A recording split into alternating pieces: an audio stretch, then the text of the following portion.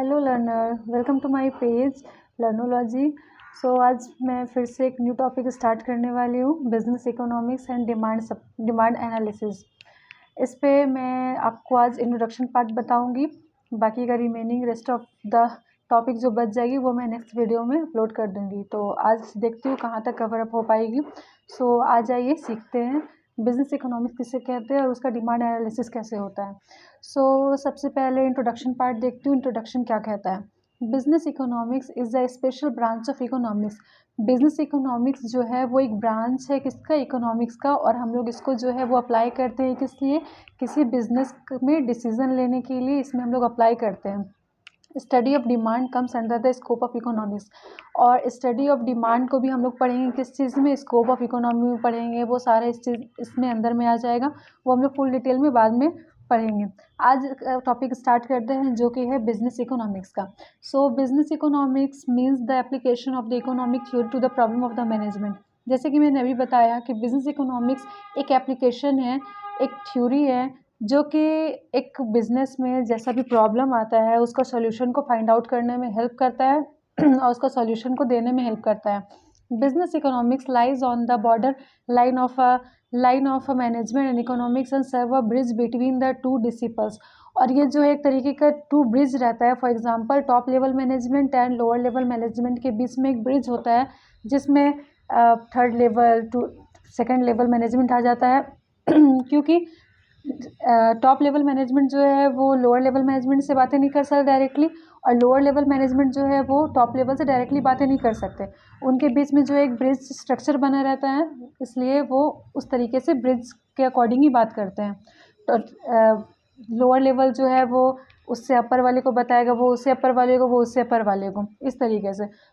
अगर इसको ओवरऑल देखा जाए तो बिजनेस इकोनॉमिक्स जो है वो हम लोग किसी बिजनेस में एप्लीकेशन और थ्योरी अप्लाई करके, रूल अप्लाई करके जो है वो एक प्रॉब्लम का सोल्यूशन को फाइंड आउट करते हैं और डिसीजन लेने में हेल्प करते हैं। एक दो ऑथर का इसमें डिफिनेशन दिया हुआ है, आइए उसको पढ़ते हैं। एम्सनियर और मेरियम ये बोलते हैं business economics consist of the use of the economic modes of through the analysis of the business situation. Business economics को जो है वो हम लोग अप्लाई करके, रूल अप्लाई करके हम लोग समझते हैं कि एक बिजनेस में किस तरीके का सिचुएशन चल रहा है, क्या प्रॉब्लम आ रही है, और हम लोग किस तरीके से उसको एनालाइज करते हैं। सेकेंड है जोसेफ एल मेसी, ये कहते हैं business economics is the use of the economic theory by the management in making business decision. Business economics जो है एक तरीके का बिजनेस इकोनॉमिक थ्योरी है जो कि पूरे बिजनेस का डिसीजन लेने में हेल्प करता है और उसको मैनेज करने में हेल्प करता है ताकि बिजनेस जो है वो स्मूथली रन हो सके। अब इस पे आते हैं characteristics of the business economics. हाँ, मैं आपको बता दे रही हूँ, अगर आप लोगों को मेरे पर्सनल नोट्स चाहिए, ये मैं बुक से ही पढ़ा रही हूँ, अगर पर्सनल नोट्स चाहिए आप लोगों को तो आप लोग कमेंट में यस लिखो, या फिर आप लोग मांग सकते हो, मैं आप लोगों को पर्सनली, या फिर मेरा टेलीग्राम चैनल है मैं उस पर अपलोड कर दिया करूँगी। आइए पढ़ते हैं characteristics of the business economics. Managerial decision, इस पे जो है कैरेक्टरिस्टिक्स काफ़ी तरीके की होती है। मैनेजेरियल डिसीजन, उसका नेचर हो सकता है, प्रॉब्लम उसका हो सकता है, और economics of the firm, coordinating nature, एक एक करके समझते हैं फुल डिटेल में। पहला जो है वो मैनेजेरियल डिसीजन है। Business economics is an applied subject which help in the asking managerial decision to formulate business policies. It helps in the decision making to maximise output with the minimum cost. Managerial decision का मतलब क्या होता है? अगर कोई भी businessman जो एक बिजनेस सेटअप किया है तो उसका मेन गोल, मेन मोटिव क्या होता है कि हम लोग जो है मिनिमम कॉस्ट में जो है वो मैक्सिमम आउटपुट रिसीव कर सके। इसका मतलब ये थोड़ा पैसा लगाकर ज़्यादा आउटपुट रिसीव कर सके।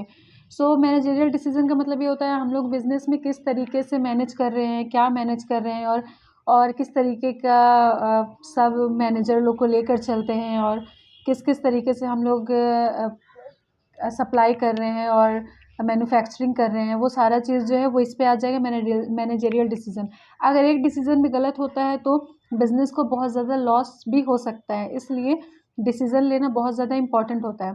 नेक्स्ट है applied nature of the economic theory. Applied nature of the economic theory होता है in the economic theory different laws and the formulate, but the applied of the economics is used the economic business, the types of the business is applied not the theoretically।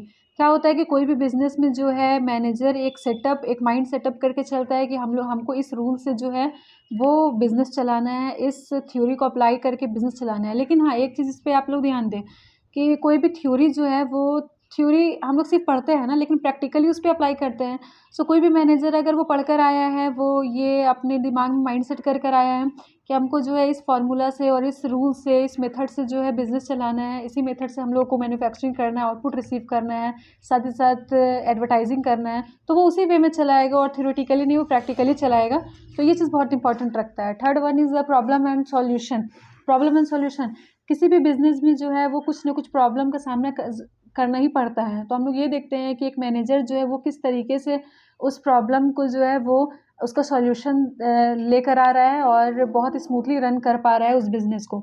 आइए इसमें पढ़ते हैं। Business economics help in the studying the complicated and the different types of the problem related to the business and suggest policy implication to the problem can be easy to solve.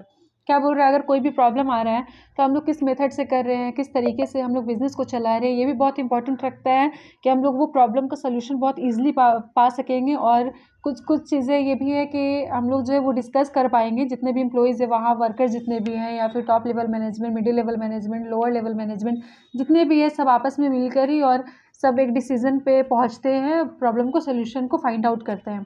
Next है economic of the firm. The aim of the firm is to get maximum profit. कोई भी business अगर setup करता है तो उसका बस एक ही मोटिव होता है कि ज़्यादा प्रॉफिट कमाना।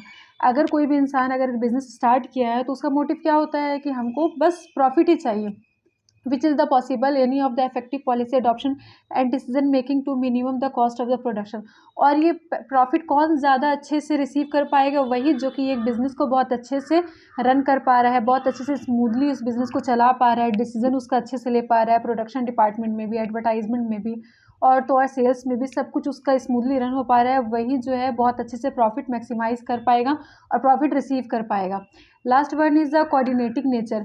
कोऑर्डिनेटिंग नेचर का मतलब ये देखिए कि अगर एक टॉप लेवल मैनेजमेंट है, ओके, तो वो क्या बोलेगा, अगर वो ऐसा बहुत एटीट्यूड में अगर रहा कि हम किसी से बात नहीं करेंगे, हम सिर्फ अपने ही में रहेंगे और सिर्फ मेरा डिसीजन ही माना जाएगा, तो ये गलत हो जाएगा। और बाकी जो लोअर लेवल और मिडिल लेवल मैनेजमेंट है वो कहाँ जाएंगे, फिर उसका फिर डिसीजन का तो कोई वैल्यू रहा ही नहीं जाएगा ना। तो इसलिए जो है कोऑर्डिनेटिंग नेचर बहुत इंपॉर्टेंट रखता है। अगर एक बिजनेस में जो है वो, अगर जितना टॉप लेवल मैनेजमेंट का काम है उतना ही मिडिल और उतना ही लोअर लेवल मैनेजमेंट का भी उतना ही काम होगा। तो ये चाहिए कि कोऑर्डिनेटिंग नेचर बहुत अच्छे से बन पाए, ये जो है वो मिडिल लेवल से बात कर पाए और मिडिल लेवल जो है वो अपर लेवल से बात कर पाए। इसका मतलब है वो तीनों में जो है वो कोऑर्डिनेट बहुत अच्छे से हो पाए, तभी एक बिजनेस में जो है वो हम लोग एक डिसीजन पे पहुंच पाएंगे और स्मूथली जो है वो बिजनेस को रन कर पाएंगे। आज के लिए इतना ही। नेक्स्ट टॉपिक में मैं बताऊंगी नेचर ऑफ द इकोनॉमिक्स और यूजेस भी बता दूंगी नेक्स्ट वीडियो में। अगर मेरी वीडियो आप लोगों को पसंद आई तो लाइक, सब्सक्राइब एंड शेयर, और सब्सक्राइब करने के बाद वो बेल आइकन को प्रेस करना ना भूलें। Thanks for watching, bye bye.